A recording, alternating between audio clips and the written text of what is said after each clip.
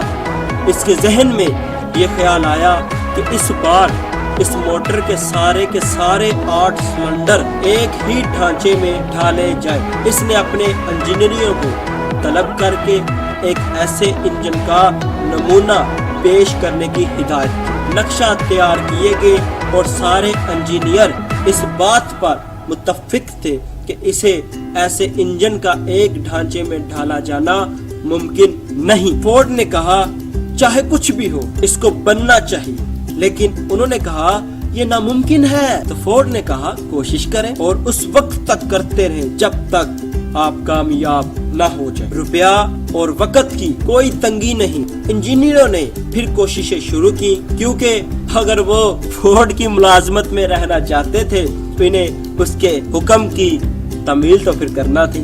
6 ماہ گزر گئے، کوئی نتیجہ نہ نکلا۔ دوسرے 6 ماہ بھی اسی طرح گزر گئے۔ انجینئروں نے بہت کوشش کی فورڈ کے منشا کے مطابق چیز بن جائے، لیکن ان کی نظروں میں کامیابی کا کوئی امکان نہ تھا۔ 1 سال بعد فورڈ نے نتیجہ معلوم کیا۔ اسے بتایا گیا کہ اب تک کوئی کامیابی نہیں ہوئی اور نہ آئندہ ہو سکتی ہے۔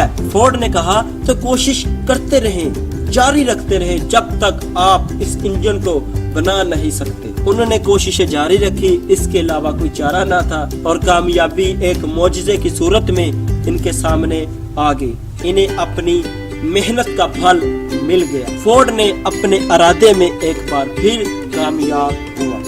فورڈ کی ان بے شمار دولت کا راز معلوم کرے، اس کے لیے آپ کو بہت زیادہ محنت نہیں کرنی پڑے گی، کیونکہ وہ راز پرسسٹنس، ثابت قدمی اور استقلال ہی تھا۔ ہنری فورڈ کی کامیابیوں کا راز یہ ہے کہ وہ کامیابی کے اصولوں سے نہ صرف واقف ہے بلکہ اس کا استعمال بھی جانتا ہے۔ ان میں سے ایک چیز ڈیزائر یعنی خواہش ہے۔ اپنے مقصد کا علم تھا۔ جب آپ یہ کتاب پڑھیں یا سنیں تو اس قصے کو ذہن میں رکھیں اور دیکھیں تو ہنری فورڈ کو کامیابی کن اصولوں پر عمل کرنے کی وجہ سے ملی تھی۔ اگر آپ ابھی انہی اصولوں پر عمل کریں تو فوراً فورڈ کی طرح آپ بھی زندگی میں کامیاب ہو سکتے ہیں، چاہے آپ یہ کامیابی زندگی کے کسی بھی راستے میں حاصل کرنا چاہتے ہیں۔ اس ایپیسوڈ کا پیراگراف نمبر 9، آپ اپنی قسمت کے مالک اور اپنی روح کے خدا ہیں۔ جب شاعر حنفی نے یہ لکھا میں اپنی قسمت کا مالک اور اپنی روح کا خدا ہوں، تو اسے یہ بھی لکھنا چاہیے تھا کہ اپنی قسمتوں کے مالک اور اپنی روح کے خدا اس لیے ہے اپنے خیالات پر مکمل کنٹرول ہے۔ اگر شاعر نے ہمیں اس حقیقت سے واقف کرایا ہوتا تو ہم جانتے کہ کیوں ہم اپنی قسمتوں کے مالک اور کس طرح اپنی روحوں کے لا خدا ہیں۔ شاعر کو چاہیے تھا کہ وہ ہمیں اسرار سے یہ بتاتا کہ یہ قوت اور یہ قابلیت اچھے خیالات سے ہی اور ان کو کنٹرول کرنے سے ہی آتے ہیں۔ شاعر کو یہ بھی بتانا چاہیے تھا کہ پہلے اس کے کہ ہم کثیر تعداد میں دولت اکٹھی کریں، اپنے دماغ اور اپنے ذہنوں کو دولت کی انتہائی خواہش سے اس قدر بڑھ دیں کہ ہم میں احساس دولت مندی پیدا ہو جائے اور ہماری دولت کی خواہش اس قدر شدید ہو جائے کہ ہم اسے حاصل کرنے کے لیے سر دھڑ کی بازی لگا دیں، جب تک ہم اس خیال کو عمل میں نہ لے آئیں۔ لیکن شاعر تو پھر شاعر تھا، اسے فلسفے سے واقف ہونے کی کیا ضرورت؟ اس نے شاعرانہ انداز میں ایک حقیقت بیان کر دی، لیکن رفتہ رفتہ حقیقت ظاہر ہونے لگی، یہاں تک کہ اب یقین ہو چکا ہے اس کتاب میں بتائے ہوئے اصولوں میں ہماری معاشی بہتری کے راز چھپے۔ اب ہم ان اصولوں میں سے پہلے اصول کو جانچنے اور سمجھنے کی تیار ہے۔ جب آپ ان کا مطالعہ کریں تو بڑے خیالات اور کھلے دل سے کریں، اور یہ یاد رکھیں کہ یہ اصول کسی ایک شخص کی ایجاد نہیں، بلکہ یہ ان 500 آدمیوں کے حالات زندگی کے تجزیے پر ہے جنہوں نے غربت سے امیری کی جانب سفر کیا اور کامیاب ہوئے، جن کی ہمت نہ تو اعلیٰ تعلیم تھی، نہ سفارش تھی اور نہ ذاتی اثرات۔ یہ اصول جب ایسے لوگوں کے لیے مشعل راہ بنے تو یہ ناممکن ہے کہ آپ ان پر کامل عمل کریں اور آپ کامیاب نہ۔ آپ کو معلوم ہوگا کہ یہ کامیابی کے اصولوں پر عمل کرنا نہایت آسان ہے۔ اس سے پہلے کہ آپ اگلے ایپیسوڈ کو شروع کریں، آپ پر یہ واضح کر دینا چاہتا ہوں کہ اس ایپیسوڈ میں جو معلومات دی گئی ہے وہ ان واقعات پر ہے جو ممکن ہے آپ کی قسمت میں بدل۔ اس طرح اس نے ان 2 افراد کی قسمت بدل دی جن کا ذکر آگے کیا جائے گا۔ اوتھر یہ بھی واضح کر دینا چاہتا ہے کہ وہ دونوں افراد اس اوتھر کے نہایت ہی قریبی تھے۔ ایک تھا اوتھر کا 35 سالہ دوست اور دوسرا خود اس اوتھر کا بیٹا۔ یہ تھی پارٹ 1 یعنی ایپیسوڈ نمبر 1۔ آپ بہت جلد آپ خدمت میں ایپیسوڈ نمبر 2 یا پارٹ نمبر 2 پیش کیا جائے گا۔ ریکویسٹ ہے کہ میرے حوصلے میں اضافہ اس طرح کریں کہ میرے چینل کو سبسکرائب، لائک، شیئر اور کمنٹ کریں تاکہ میں ٹائم ٹو ٹائم اپنے علم میں اضافے کے ساتھ آپ کے علم میں بھی اضافہ کرتا رہوں۔ نیکسٹ ٹائم ایک دلچسپ ویڈیو کے ساتھ حاضر ہوں گے۔ Thank you very much. God bless.